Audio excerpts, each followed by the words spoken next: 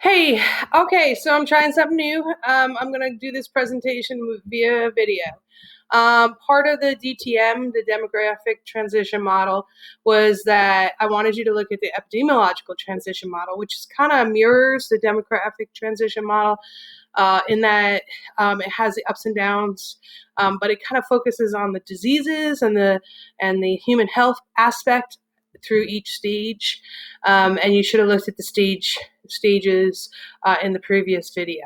Okay, so epidemiological transition model. We've got stage 1, stage 2, stage 3, stage 4, and stage 5. And I'll just kind of briefly hit each one of these stages. In the stage 1, we're going to call this the stage of pestilence and famine.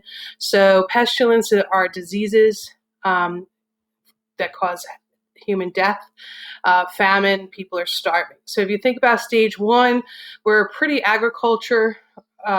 It's probably before the 1850s for the United States.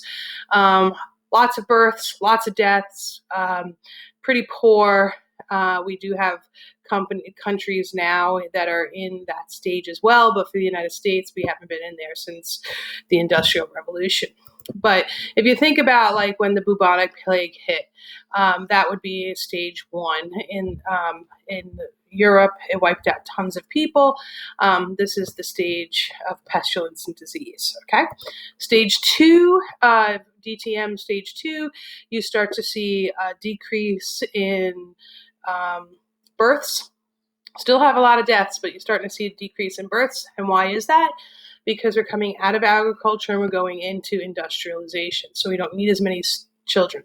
So we're in the Industrial Revolution, 1920s, 30s, in the 1900s to 1930s or so in the United States.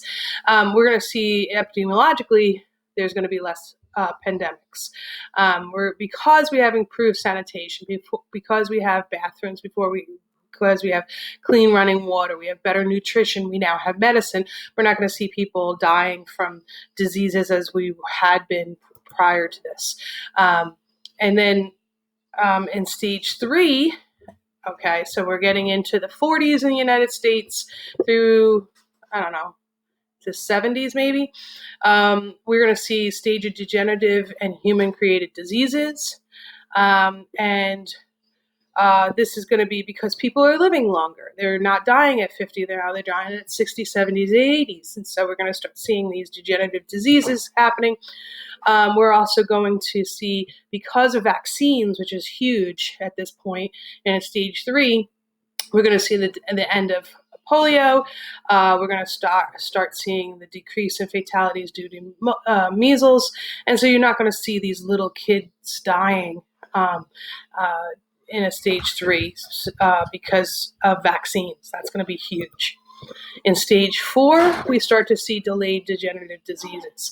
And this is because people are living way longer. They're living in the 80s, their 90s, their 100s. So we're going to see cancers coming up. We're going to see Alzheimer's. We're going to see Parkinson's. Those kind of diseases are coming because we're living much longer than we had in the past. So that's that's in stage 4. Stage 5, we're going to see reemergence of infectious diseases. And why is this? Because we're overusing antibiotics. And so you get these antibiotic-resistant bacteria. You have flesh-eating disease, these diseases that cross from one species to another, the crossover like mad cow disease, H1N1, which was a bird swine flu, and we are also living in COVID-19. I'm teaching you through the computer because of that.